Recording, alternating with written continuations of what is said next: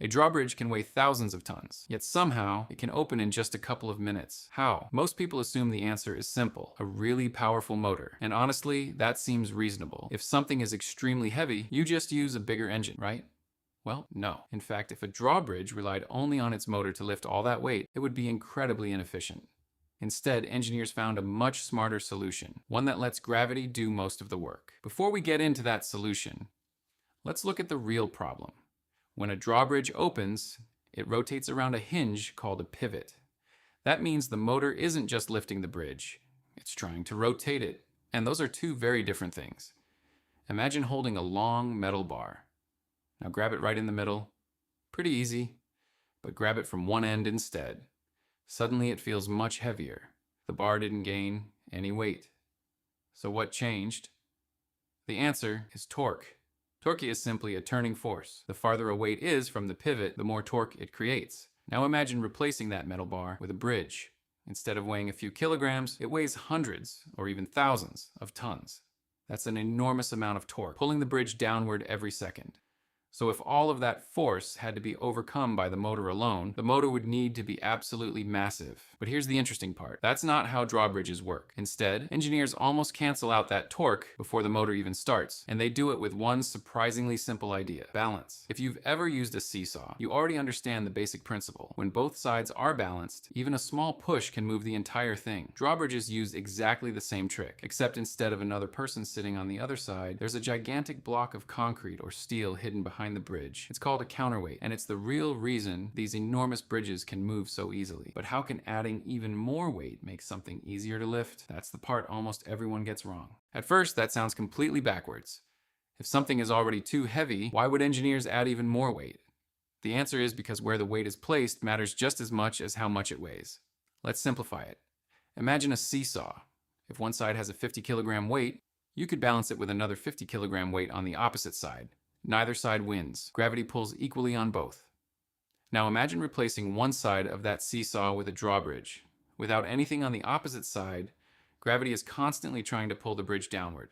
The motor would have to fight that force every single time the bridge opens. That would waste an enormous amount of energy. So instead, engineers place a massive counterweight behind the pivot.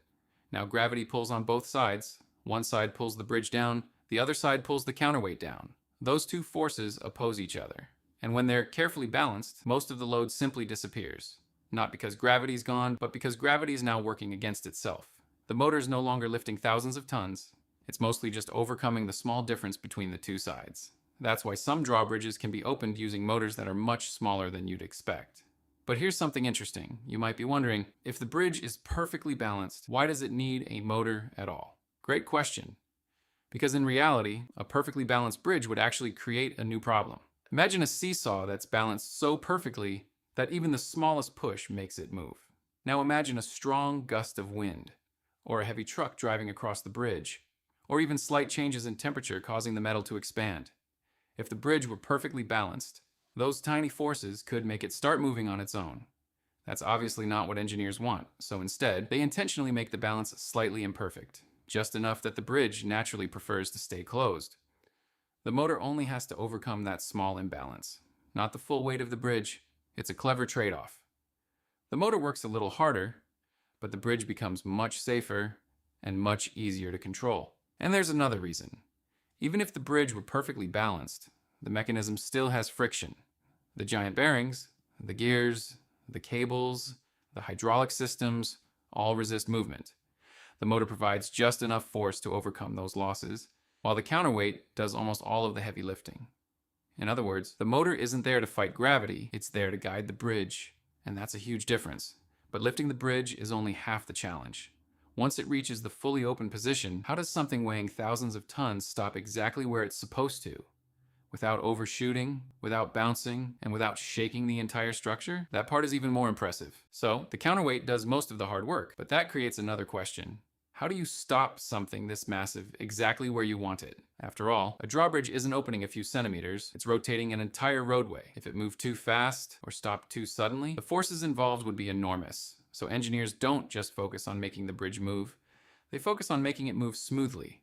One reason is that drawbridges don't simply turn their motors on and off. The speed is carefully controlled throughout the entire movement. The bridge starts slowly, accelerates, then slows down again before reaching its final position, just like an elevator or a train arriving at a station. That gradual movement reduces stress on the structure and makes the ride feel almost effortless, even though thousands of tons are moving. Most modern drawbridges also use hydraulic systems. Hydraulics are excellent at producing large, controlled forces. Instead of jerking the bridge upward, they allow it to move with incredible precision. And because hydraulic systems can be controlled so accurately, operators can stop the bridge within just a few centimeters of its target position. Once the bridge is fully open, it doesn't simply hang there because the motor is holding it. Many bridges use mechanical locking systems or braking mechanisms. These locks secure the bridge in position, preventing unwanted movement caused by wind, vibration, or the weight of the bridge itself. The same thing happens when the bridge closes. When the roadway reaches the ground, large locking pins or latches secure both halves together. This is important because once closed, the bridge has to behave like a normal road.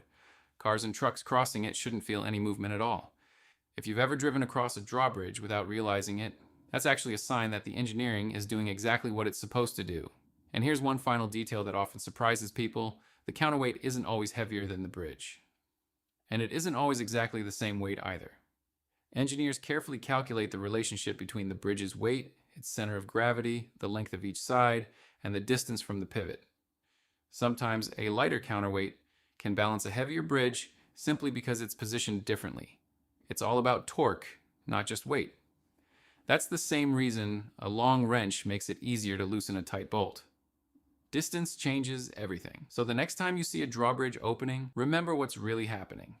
It isn't an enormous motor forcing thousands of tons into the air. It's a carefully balanced system where gravity helps gravity, the motor provides control instead of brute force. And every movement is designed to be smooth, safe, and efficient. At first glance, it looks like an impossible machine. But once you understand the physics behind it, the mystery disappears, and you'll probably never look at a drawbridge the same way again.